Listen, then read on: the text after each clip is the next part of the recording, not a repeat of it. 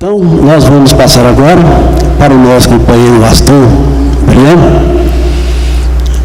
Para quem não o conhece, ele foi presidente da Federação Espírita do Estado de Goiás, trabalhador da Federação Espírita Brasileira, foi o fundador dos encontros regionais, como o Paulo César, o presidente atual, fez a referência, que na nossa época chamava Encontro Zonal, que era realizado pela FEB e transpôs aqui para o Estado de Goiás. E o Aston também é conhecido da casa, conhecido do movimento espírita, então nós ficamos muito felizes pela oportunidade de servir a nós nessa primeira Semana Espírita de Aparecida de Goiânia, em 2019. Com você. Muito obrigado. Queridas irmãs, queridos irmãos, que a paz do nosso bondoso Jesus permaneça conosco. Só fazendo uma correção e justiça a todos os companheiros que iniciaram o trabalho na federação, os conselhos regionais não foram criados por nós. Eles já existiam, nós simplesmente iniciamos o trabalho de união das casas espíritas através dos encontros regionais.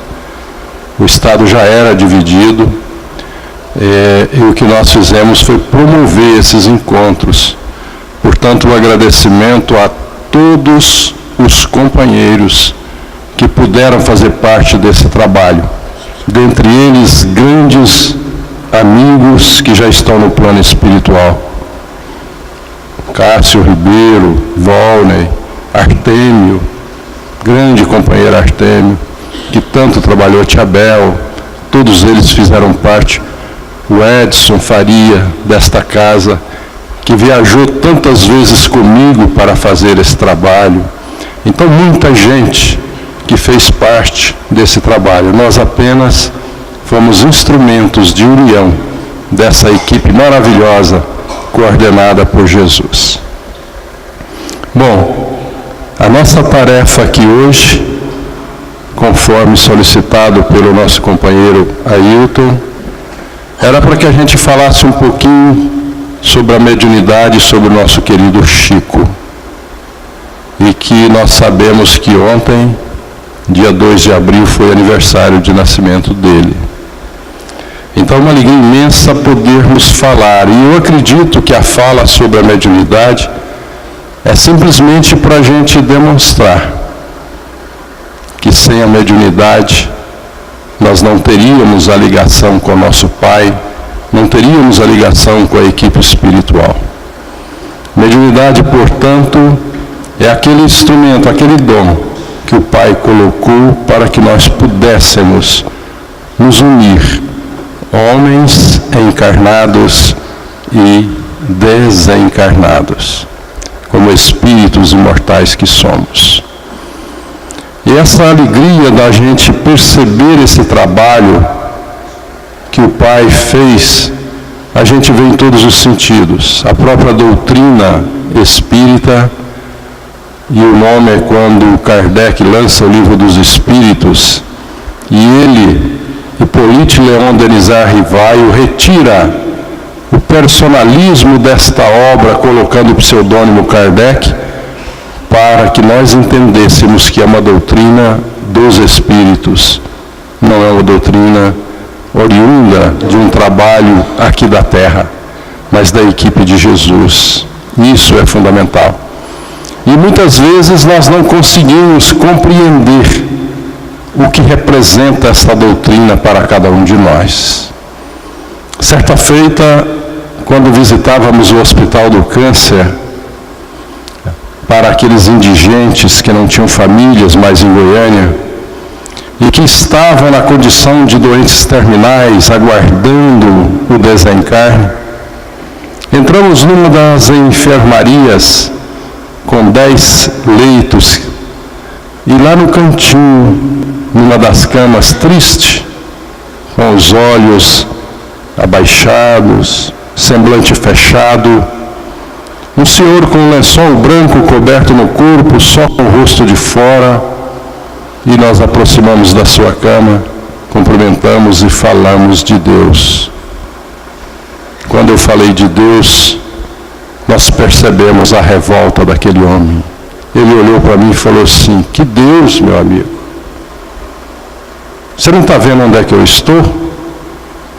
Eu estou no hospital do câncer, com uma doença, esperando a morte, e você vem me falar de Deus.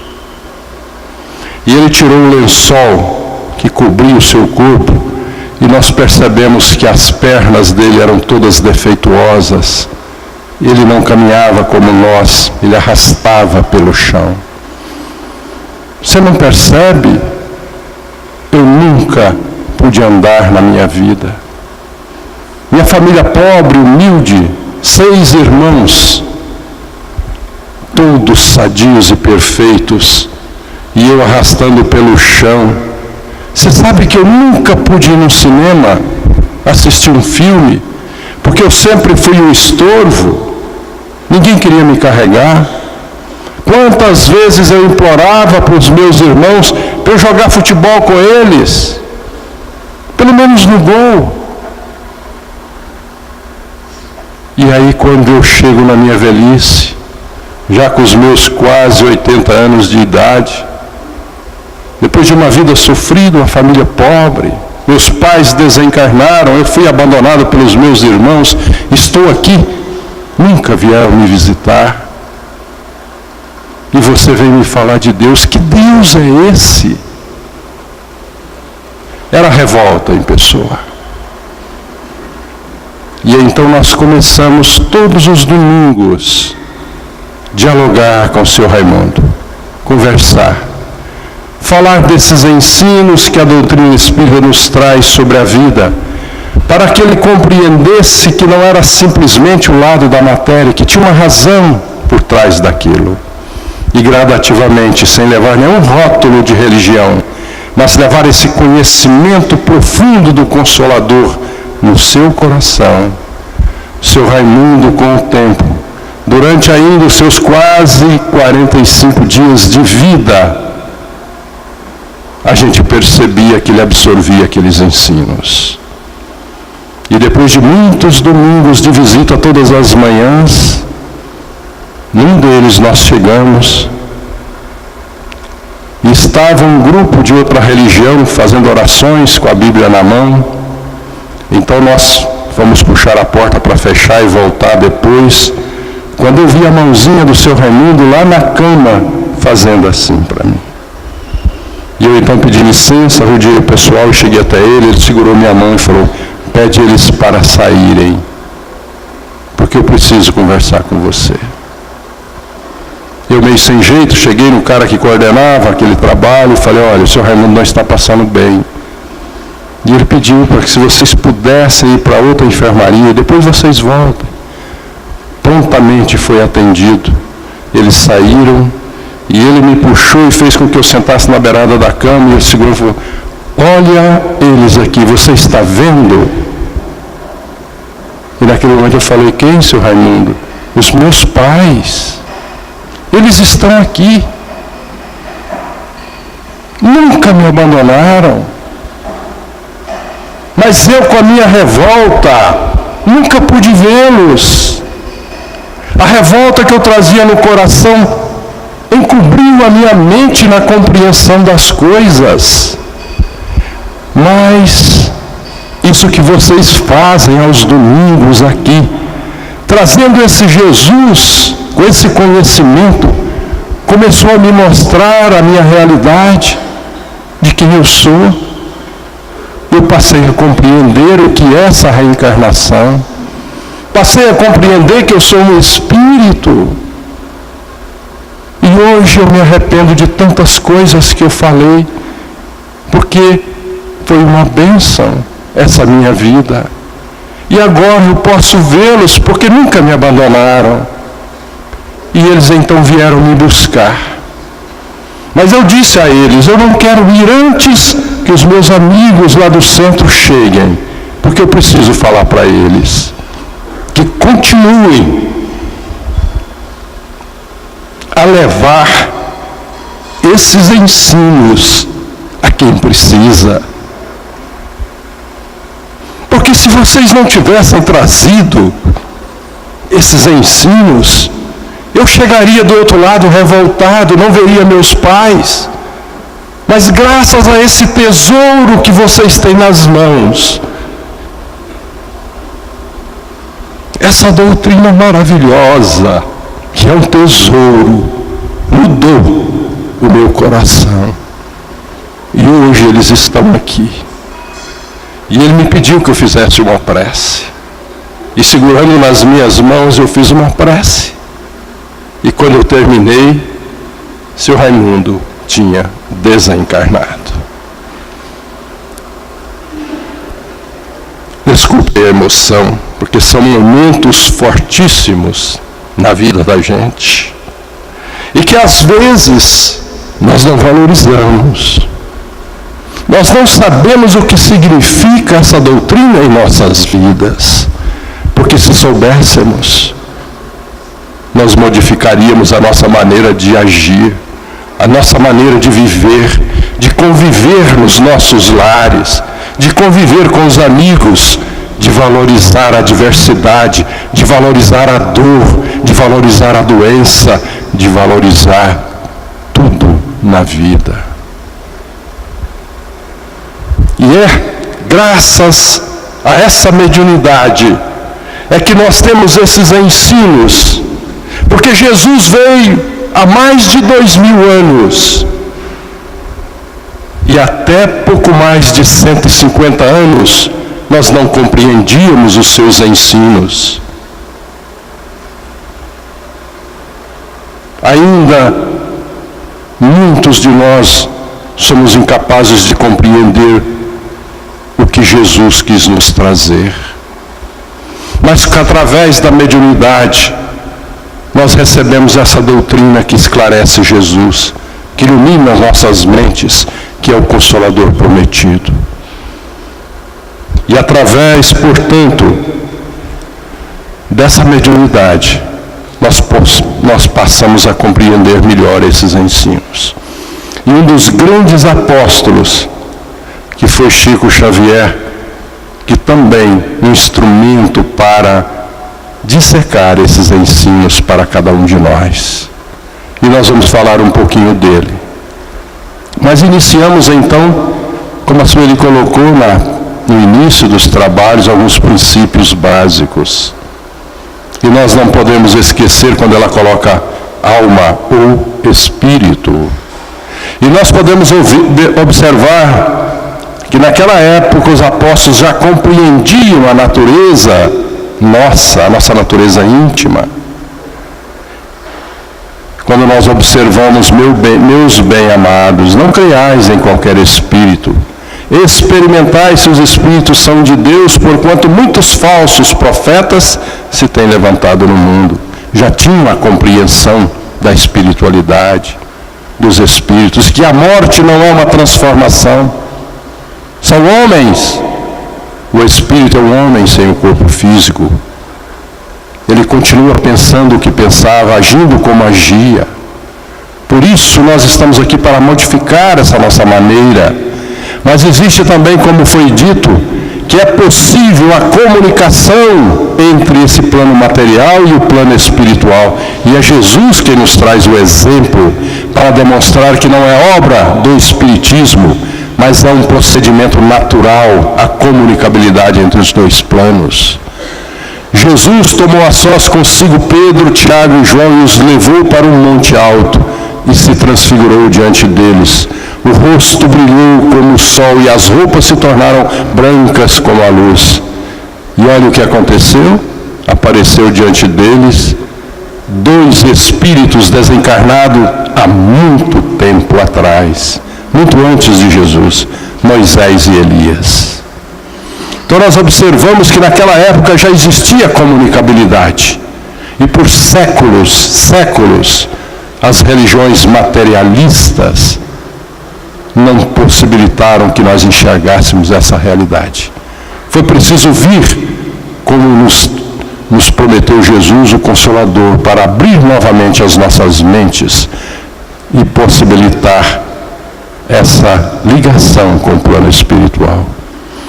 E sem a reencarnação é impossível nós compreendermos o ensino de Jesus, porque é uma lei natural. Logo depois da transfiguração, os discípulos viram quem ali? Elias.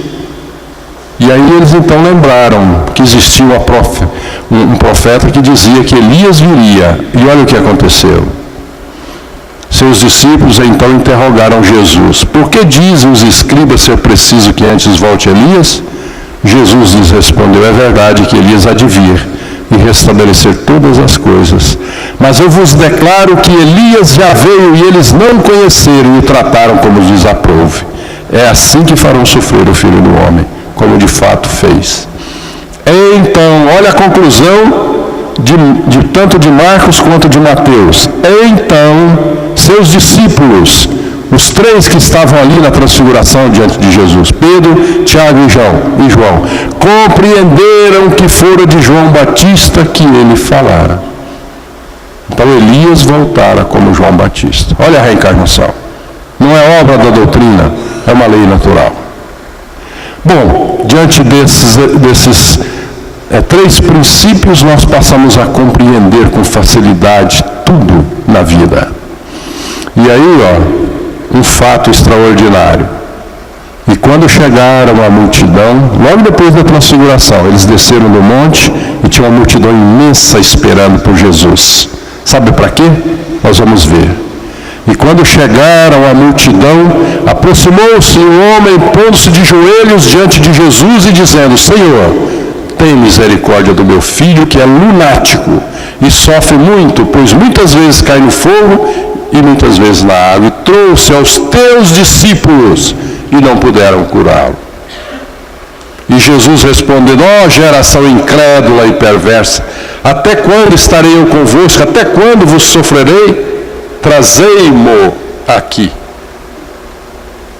E repreendeu Jesus o demônio, ou seja, o espírito maligno que saiu dele. E desde aquela hora o menino sarou. Então os discípulos, aproximando-se de Jesus, em particular, disseram: por que não podemos nós expulsá-lo? E Jesus lhes disse: por causa de vossa incredulidade. Porque em verdade vos digo que se tiverdes fé, como um grão de mostarda, direis a este monte: passa daqui para acolá, e há de passar, e nada vos será impossível. Mas esta casta de demônios não se expulsa senão pela oração e pelo jejum, pelo preparo. Por isso as nossas reuniões mediúnicas. Aqui está um exemplo claro da época de Jesus, como as coisas aconteciam. E durante séculos foi apagado das nossas mentes. Mas a doutrina está aí para nos trazer esses ensinos. Portanto, nós podemos agora, já que nós temos que falar um pouquinho de mediunidade, né? O que é a mediunidade? Faculdade natural que permite sentir e transmitir a influência dos espíritos, ensejando o intercâmbio, a comunicação entre o mundo físico e o espiritual. Simples. Isso é mediunidade. Sendo uma faculdade, a capacidade que pode ou não ser usada. Sendo natural, manifesta-se espontaneamente, mas pode ser exercitada ou desenvolvida. Daí, as casas espíritas oferecem essa condição de estudo para que a gente aprenda a usar a mediunidade.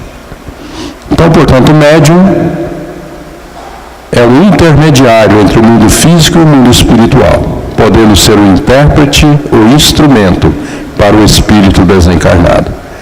Todo aquele que sente, num grau qualquer, a influência dos espíritos, usualmente, porém, chama-se médium aquele em quem a faculdade tem certa intensidade. Livro dos Médiuns. Podemos então fazer isso. A definição genérica: todos somos médiuns, pois sentimos influência de alguma forma. E a definição específica: aquele que sente frequentemente. Todos somos. Tem uns têm essa capacidade ostensiva. E outros podem chegar lá através da prática mediúnica. Bom, na questão 459, falando sobre a mediunidade, essa questão é antiga, influi os espíritos em nossas vidas muito mais do que imaginais. A tal ponto que, de ordinário, são eles que vos dirigem. Por quê? Porque eles estão à nossa volta. E basta que a gente sintonize e nós agimos. Então, é importante e fundamental que a gente entenda o fenômeno mediúnico para que a gente possa fazer disso algo que nos auxilie, que nos ajude, e não que nos atrapalhe, que nos prejudique. Bom, essa foi uma pincelada rápida sobre a mediunidade, bem simples, conforme nos ensina a doutrina, para que a gente possa compreender que é possível, portanto, essa comunicação entre os dois planos. A prova disso está a própria doutrina. E agora um instrumento, um dos maiores médiuns que já esteve entre nós, Chico Xavier.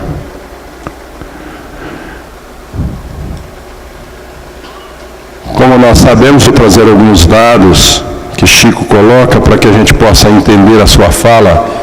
E isso que eu trouxe é um pequeno resumozinho de algumas palavras de Chico, para que a gente possa usar isso no nosso dia a dia. Ensinam-nos os benfeitores espirituais que o Espiritismo é sempre o mesmo, seja no Brasil ou fora dele. Entretanto, acentuam que os espíritas brasileiros receberam a tarefa particular de provar que o Espiritismo é o próprio cristianismo, em sua feição clara e simples, de volta à humanidade terrestre. Essa é a nossa tarefa. Sem inventar moda. Não há necessidade. E nós temos que trabalhar a fonte, Kardec. E não aquilo que os homens escrevem e que nós trazemos para a nossa casa espírita como princípio da doutrina, que não são. Cuidado. São orientações seguras. E nós vamos demorar muito tempo para compreender Kardec. Assim como nós demoramos muitos séculos para compreender Jesus. Outra fala do Chico.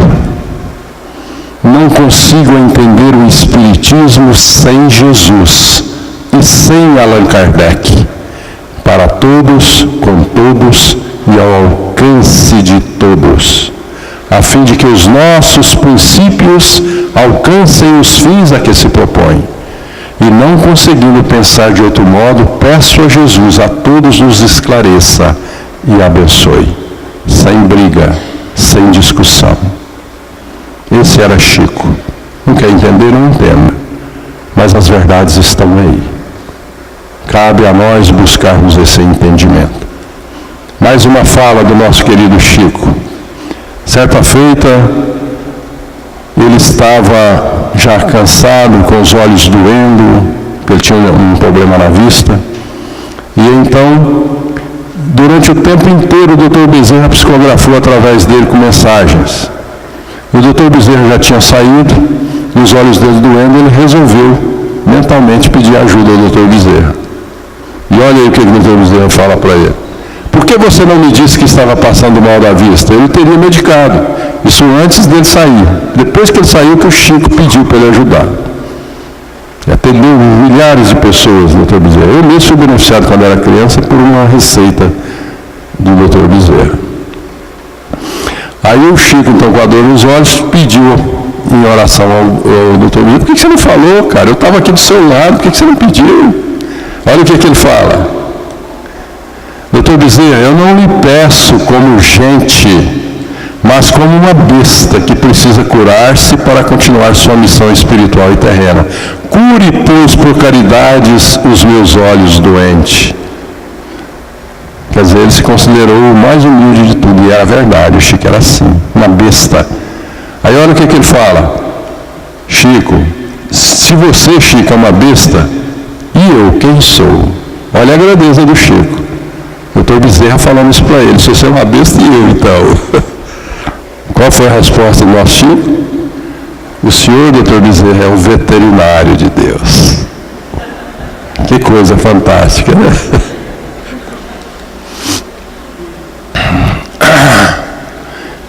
E sobre Emmanuel, olha o que ele fala. Conservo para mim a certeza que ele terá participado da equipe que elaborou na estrutura da codificação da doutrina espírita. A mensagem intitulada O Egoísmo, no capítulo 11, no parágrafo 11 de O Evangelho segundo o Espiritismo, em que se faz referência a Pilatos, é de autoria do nosso benfeitor espiritual. Não tenho dúvidas a esse respeito. Palavras do Chico, de que Emmanuel participou da codificação. Só para que a gente possa compreender que é tudo um trabalho do Cristo, né? Bom, ele nasceu em Pedro Leopoldo, rápidas pinceladas, né? Para que a gente entenda, em 2 de abril de 1910, o pai, a mãe, e ela desencarnou em 1915, portanto Chico estava com 5 anos. 9 anos ele começou já a trabalhar. 23 anos entrou para o Ministério da Agricultura. Aposentou após 35 anos de trabalho sem nunca ter tirado férias ou faltado ao serviço no cargo de escriturário.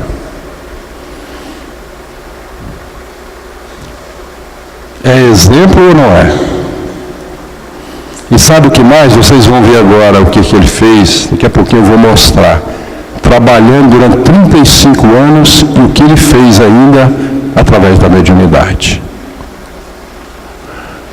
Em 30 de junho de 2002 foi o desencarne dele. Bom, olha, em 8 de julho de 1927 recebeu as primeiras páginas psicografadas. Em 31, Emmanuel passou a dirigir e orientar a complementação da obra kardeciana. Em 1932, publicou então Parnaso de Além-Túmulo. Em janeiro de 59, mudou para Uberaba a convite de Valdo Vieira e fundou a Comunhão Espírita Cristã. E em 1966, Valdo mudou para o Rio de Janeiro. Então, houve a separação. O Valdo deixou o Chico, nessa época. 1966. E a partir de 19 de maio de 1975, foi para o Grupo Espírita da Prece. E tem uma razão nisso. Quando se começa a colocar senha, controle de pessoas, quando se começa a fazer um trabalho desse, foi o que o Chico, então, procuraram por ele não chegou na Casa da Prece, o Eurípides deve lembrar disso, e ele estava, então, em outro local, ele não estava na Comunhão Espírita Cristã, e ele estava numa casinha simples e humilde que ele alugou e que chamou Casa da Prece.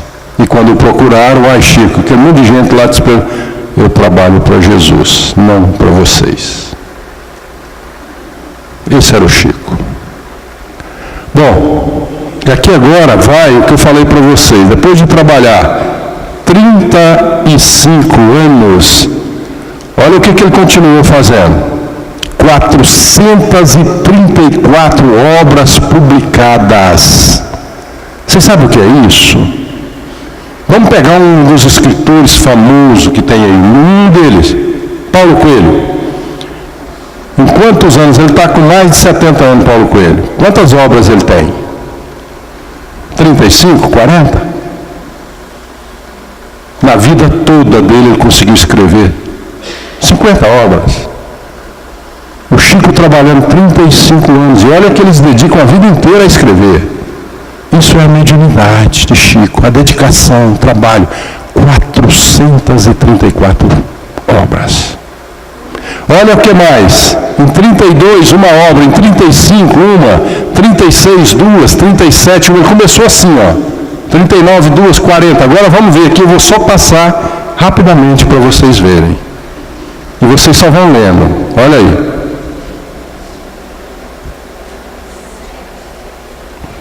Só para vocês verem. Olha. É algo fantástico.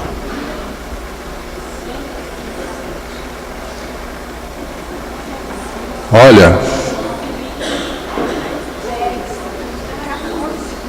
não parou um ano. Olha,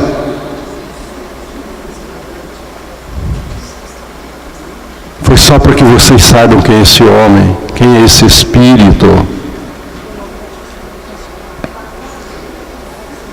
E aí no finalzinho, se vocês recordam, em 2002, ele ainda escreveu uma obra e desencarnou. Mas após isso, ele já tinha então essas obras aí já, que foram publicadas após o seu desencarne, olha aí. Até 2006. Já estavam psicografadas, eles acabaram de publicar, tá vendo? Então esse é Chico Xavier. 35 anos de atividade trabalhando numa instituição, cumprindo o horário normalmente como escriturário e ainda escrevia as obras através da mediunidade, incansavelmente. Bom, eu trouxe isso aqui para a gente entender algumas coisas que ele falava sobre sofrimento. Filha, o nosso Emmanuel sempre me diz que a aceitação de nossos problemas, sejam eles quais forem, representa 50% da solução dos mesmos. Os outros 50% vêm com o tempo. Tenhamos paciência e fé, pois não estamos desamparados pela bondade divina. Isso é em tudo na vida. Porque senão a gente não consegue levar avante a nossa vida. Chico era de uma sabedoria imensa. Olha o que ele fala, e a gente às vezes não percebe. Ultimamente eu estou frequentando fora do corpo físico, uma noite por semana, uma escola no espaço em que o nosso Emmanuel é professor de doutrina espírita. Confesso que é uma experiência maravilhosa. Estou aprendendo o que nunca pensei em aprender e tenho conservado a lembrança do que vejo com o auxílio dos amigos do alto. À noite, isso é uma experiência maravilhosa. Onde está o teu tesouro, aí está o teu coração. E se à noite nós deitarmos e pedir ao nosso amigo espiritual para que nos leve, nós podemos frequentar escolas no plano espiritual e aprendermos. Por isso que eu digo, onde está o teu tesouro, aí está o teu coração. Se você gosta de cachaça, à noite quando você dorme, você vai para o boteco. Se você gosta de droga, à noite você vai para a turma dos drogados. Se você gosta de sexo, à noite você vai para os bordéis da vida. Onde está o teu coração? Onde está o teu tesouro? Aí está o teu coração. Então vamos aprender a orar à noite, a buscar ajuda e a frequentar os ambientes saudáveis.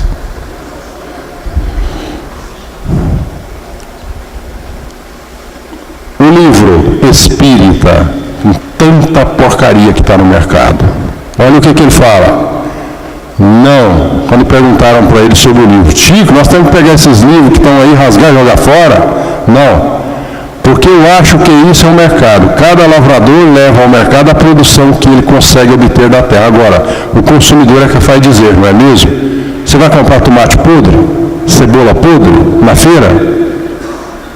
E livro que não presta, você compra? Porcaria. Agora, como é que nós vamos saber se um livro é bom ou não? É quando nós conhecemos a doutrina espírita. Como é que o seu livro contraria os princípios da doutrina sem conhecer Kardec? Então nós precisamos conhecer. E é isso que o nosso querido Chico fala. Bom, admito seja nossa obrigação dos espíritas, servir sempre a causa de todos, formando assim o preciso ambiente para que se manifeste a colaboração dos espíritos superiores. Olha o que ele fala aqui. No caso, lembro-me do trabalho da aviação. Sem aeroporto conveniente, o avião não encontra pouso seguro. Ele está falando da mediunidade. Como é que nós vamos receber espíritos bons no nosso organismo físico, no nosso corpo, se nós estamos cheios de buracos? A nossa moral não é adequada, a nossa conduta não é adequada. Como é que nós vamos receber os espíritos bons?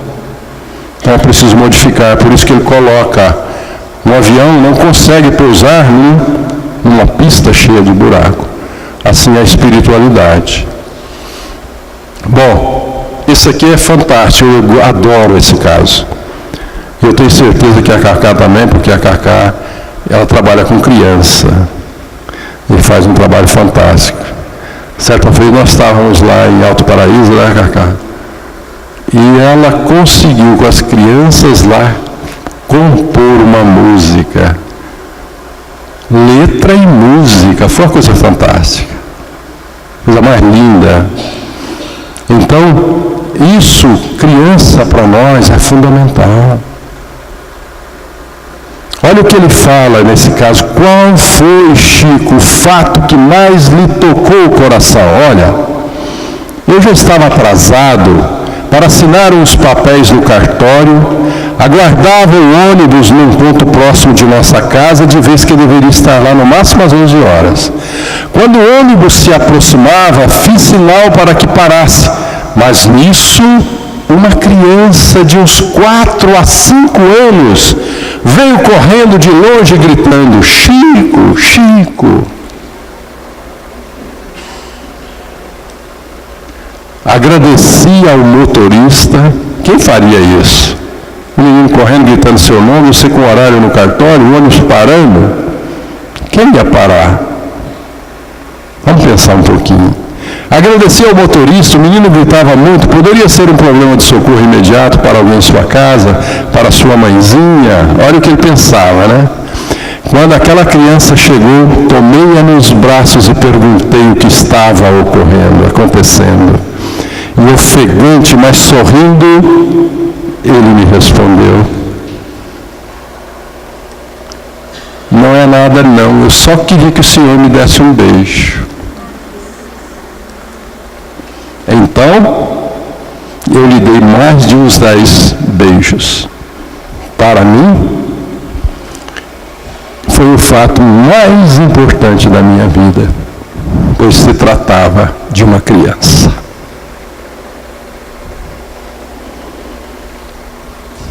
Quando uma criança adentra a nossa casa espírita, que vem acompanhada dos pais, eu sou capaz de cumprimentar os pais, abraçar, e não vejo a criança. Ela passa, corre e vai. Eu deveria ajoelhar e abraçar também. O dia que nós compreendermos o que Jesus falava, deixai vir a minhas criancinhas, e o que o Chico nos traz de lição. Quando eu chego em casa com os meus filhos, é preciso dar atenção. Se a nossa sociedade está como está hoje, vocês podem ter certeza que mais de 50% do problema está no relacionamento entre pais e filhos. E Chico nos traz uma lição. Esse foi o fato mais importante da vida dele. Bom, agora, já caminhando para o nosso final, né, em função do nosso tempo, eu trouxe a fala dele sobre o centro espírita, mas tem uma passagem aqui que eu acho muito bonita, que foi quando o Valdo abandonou o Chico, e que ele então recebe a visita de um anjo do Senhor. O Eurípides deve lembrar dessa passagem. Os centros espíritas, esta casa, devem ser locais de oração, trabalho e estudo. Conhecer o Espiritismo é de fundamental importância, mas segundo Emmanuel me tem ensinado, esse conhecimento necessita ser traduzido na prática, a começar pelo entendimento entre os companheiros que constituem a equipe de cooperadores da casa. O fenômeno em um templo de orientação kardecista deve ser acessório e nunca, sem dúvida, atividade essencial. Isso é grave. Porque é melhor nós chamarmos um psicógrafo para um fenômeno mediúnico e botar aqui numa casa e a casa encher, do que nós botarmos uma sala de estudo e ter 10, 5 pessoas estudando. É assim que as pessoas pensam. Quando você coloca cura dentro de uma casa espírita, ela lota. E nós desconhecemos a doutrina, porque casa espírita não cura ninguém, médium não cura ninguém, quem cura somos nós.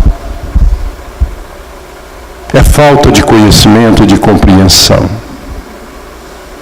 Os espíritos podem nos auxiliar, o passe nos auxilia, a água nos auxilia, mas quem vai curar somos nós, através da mudança do entendimento, da compreensão de quem somos e por que nós estamos nessa condição, por que a doença nos alcançou e qual é a função dela. Então, casa espírita é local de trabalho, estudo e oração. E fenômeno mediúnico num templo kardecista deve ser acessório e nunca, sem dúvida, a atividade principal. Bom, sem o Evangelho, o Espiritismo será uma árvore desvitalizada. É necessário que tenhamos a coragem de dizer isto sem receio da crítica dos intelectuais, dos espíritas de gabinete, dos patrulheiros ideológicos que pretendem assumir ou tomar as rédeas do nosso movimento. Porque tem muita gente que quer tirar o Evangelho da doutrina. É ciência e filosofia. O grande desafio para a doutrina será crescer, sem perder a simplicidade que a caracteriza. E aí veio o mensageiro do Senhor. Isso aconteceu em 1966. Quando Valdo então abandona o Chico ficou triste, chateado, porque era o companheiro que estava ajudando, escrevendo os livros a duas mãos. O Chico escrevia um capítulo par e o Valdo Vieira escrevia o capítulo ímpar. E quem lia não sabia a diferença. Por quê? Mediunidade, alta mediunidade mesmo, sem nenhuma influência do organismo físico. E o Chico sabia da necessidade, né? Então, olha, anos atrás estava atravessando um dos períodos mais difíceis da minha vida. Um companheiro muito querido havia nos deixado e na soleira da porta de nossa casa eu meditava a sós. Então ele parou na porta da casa dele lá e ficou pensando. E é claro que as lágrimas desceram, né? Naquele momento, se eu precisasse voltar à terra natal, ou seja, Pedro Leopoldo, não possuía 5 cruzeiros no bolso para o ônibus. As lágrimas me escorriam pelas faces quando, em meio a uma luz muito intensa, surgiu-me aos olhos a figura de um mensageiro espiritual de elevada hierarquia, muito superior à condição de humana. Dizendo-me vir da parte do Senhor, ele começou a conversar comigo, interrogando. O Senhor solicita lhe seja perguntado se quando ele levou a sua mãe deste mundo, deixando órfão aos 5 anos de idade, você teve mágoa dele? É normal nós revoltarmos, né? Às vezes uma doença, você se revolta contra ele. Por que eu? Um ente querido desencarna, revolta contra Deus. E o anjo da guarda, o anjo do Senhor pergunta ao mensageiro do Senhor, quando a sua mãe então desencarnou, que Deus a levou, você teve mágoa dele? Ao que o Chico responde? Surpreso com a sublime visita, respondi que não. E o mensageiro prosseguiu como se conhecesse detalhadamente cada trecho do caminho que eu havia percorrido até aquele exato momento.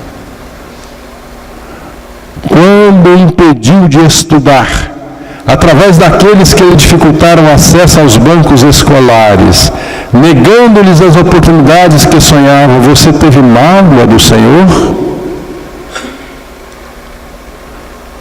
Com o coração aos saltos, afirmei que não, porque o Senhor sabe o que é melhor para mim. Vocês observam que eu estou desfilando inúmeras fotos do Chico, de tudo quanto é época da sua vida, para que vocês vejam o Chico, né? Quando ele permitiu que você ficasse órfão pela segunda vez, subtraindo de sua presença aquela que foi a sua segunda mãe, deixando-o com 12 crianças para sustentar com reduzido salário, você teve mágoa do Senhor? Não, apressei-me a dizer, eu não poderia guardar mágoa alguma do Senhor. E o emissário celeste, sem qualquer pausa na voz, continuou discorrendo sobre os pontos mais delicados da minha vida, da minha existência atual, sempre repetindo a mesma questão. Quando perdeu a companhia de seu irmão José Xavier, que ele era um apoio e incentivo na doutrina ante o serviço a realizar, você teve mágoa do Senhor? Não, chorei muito e ainda choro, mas não senti mágoa do Senhor. Quando entre as flores que desabrocham no jardim promissor da mediunidade, surgiram os primeiros espinhos a lhe dilacerarem a alma em forma de ingratidão e calúnia, você teve mágoa do Senhor? Não, repeti convicto, jamais tive mágoa do Senhor, a quem devo tudo o que tenho e tudo o que sou. Quando ele afastou o casamento de seus planos de felicidade e realização pessoal, você teve mágoa do Senhor? Não, eu não posso me queixar de nada, pois tenho recebido bem mais do que mereço. E agora, quando depois de tantos anos dedicando-se integralmente ao Evangelho, vê-se abandonado por aquele em quem repousavam as suas esperanças no entardecer da vida física, você sente mágoa do Senhor? Não, respondi em lágrimas.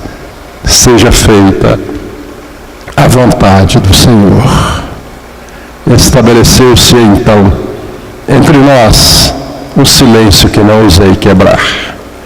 E depois de rápidos segundos, como se estivesse comunicando-se telepaticamente com os planos da luz, o mensageiro concluiu: o Senhor manda lhe dizer que doravante nada há de lhe faltar. Não tenha receios, porque Ele providenciará tudo o que você necessitar para prosseguir servindo-o entre os homens da terra. Esse é o nosso Chico. E essa mensagem, essa presença desse mensageiro do Senhor, cabe em nossas vidas. Cabe nos momentos em que nós estivermos angustiados sobre quaisquer problemas. Imaginemos e façamos esse intercâmbio com o nosso anjo da guarda, com o nosso espírito amigo. E nós vamos observar que Jesus está sempre conosco. É que necessário nós compreendamos a razão pelas quais estamos aqui. E por que Ele coloca esses instrumentos em nossas vidas, essas criaturas que são modelos para que nós possamos conduzir as nossas vidas. Eu me recordo nas peregrinações, quando eu era criança em Ituiutaba, que o Chico saía de Uberaba para ir a Ituiutaba, e ele tinha o costume de fazer as peregrinações nos bairros humildes, onde os espíritas, todos nós, as crianças, tudo andando atrás dele, e ele visitando lar por lar. E os companheiros levavam alimentos, pão, tudo para os bairros mais pobres lá de Ituiutaba. Porque o Chico ia muito lá, e foi de lá que ele levou o seu filho, o Eurípides, era de Ituiutaba, sua mãe era lavadeira, e o Chico então adotou o Eurípides e levou ele para Uberaba. Então esse foi o exemplo de Chico. E eu me recordo de uma passagem dele, numa visita de um dos bairros pobres, quando então uma senhora já de idade grita: Chico, Chico, acode, porque o meu netinho doente está morrendo. O Chico para, volta, chega, abraça a senhora: oh, minha irmã, então vamos orar, porque a prece de uma avó por um netinho doente arromba as portas do céu. Esse era Chico. E é isso que ele nos ensina. E é isso que nós observamos no seu Raimundo lá no Hospital do Câncer, a necessidade desse conhecimento, dessa simplicidade, desse amor que é capaz de transformar almas. E é deixando essa mensagem do Chico para que nós possamos compreender então quem era Jesus. Chico era esse instrumento de amor, que era capaz de ajoelhar e beijar uma criança. Se era capaz de compreender as necessidades dos outros, esse é o exemplo que nós devemos ter em nossa casa espírita e em nossos lares. E nós rogamos a Jesus, continue nos dando essas oportunidades de instrumentos como Chico em nossas vidas. Nós agradecemos pela oportunidade de estarmos aqui com vocês e rogando a Jesus, continue nos abençoando sempre. Muito obrigado.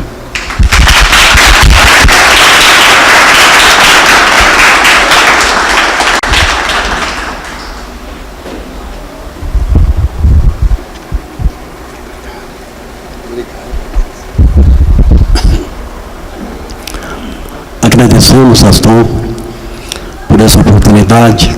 Estamos aqui celebrando o 2 de abril de 1910. Estamos dia 3, mas há tempo, todos os dias. A nossa gratidão eterna. Agradecemos a Federação Espírita do Estado de Goiás, em nome do Paulo César, que está junto conosco nessa empreitada da união e da confraternização de Aparecida de Goiânia.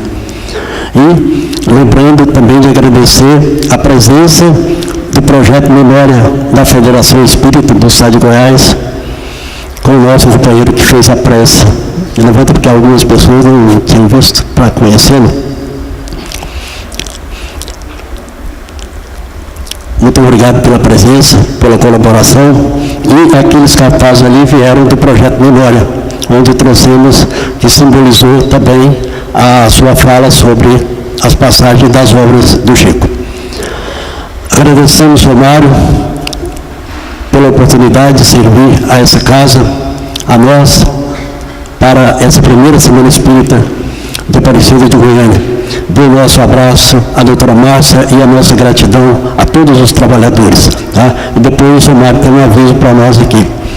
Agradecemos a filmagem por colaborar conosco, quem bateu as fotos, e principalmente a vocês, porque a Semana Espírita de Aparecida de Goiânia, ela foi criada, não por nós, mas ela foi criada por vocês, porque o movimento espírita do município de Aparecida de Goiânia é quem vai viver isso. Ou seja, daqui a 100 anos, alguém vai falar, teve um grupo na Mansão do Caminho, a Mansão da Esperança. E aí realizaram a primeira palestra, a primeira apresentação com relação...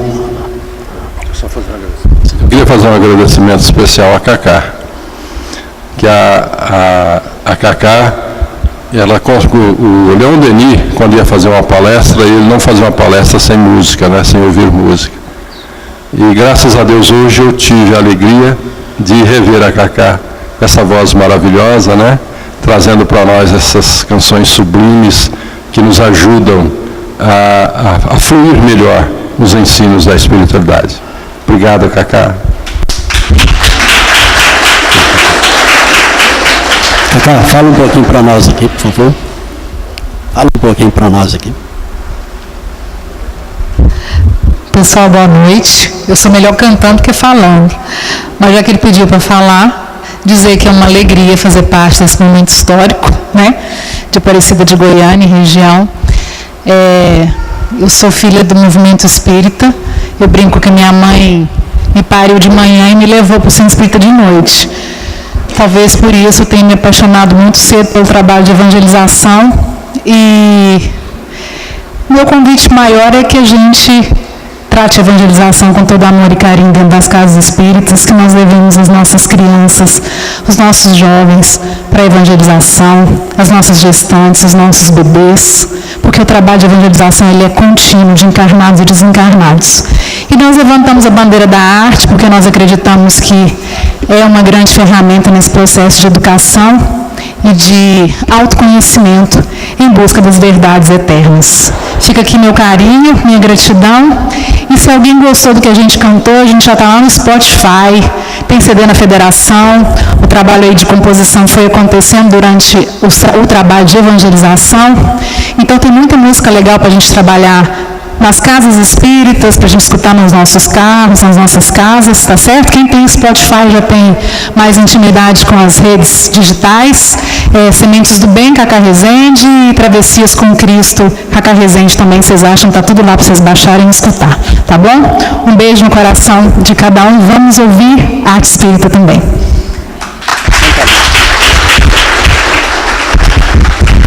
O agradecimento do Mensageiros da Luz pela presença de todos e demais instituições co-irmãs, que antes eu me referi apenas à Hidrolândia, mas todas as casas que estão presentes, nosso agradecimento.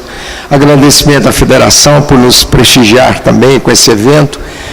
E, em seguida vai ter um breve lanche aqui para todos nós. Sejam bem-vindos em outras oportunidades, independentemente de Semana Espírita. Obrigado a todos e uma boa noite. Bom, agora vamos retratar rapidinho para vocês. Depois temos um lanche. O diabético tem que comer, viu? 9 horas tem que comer.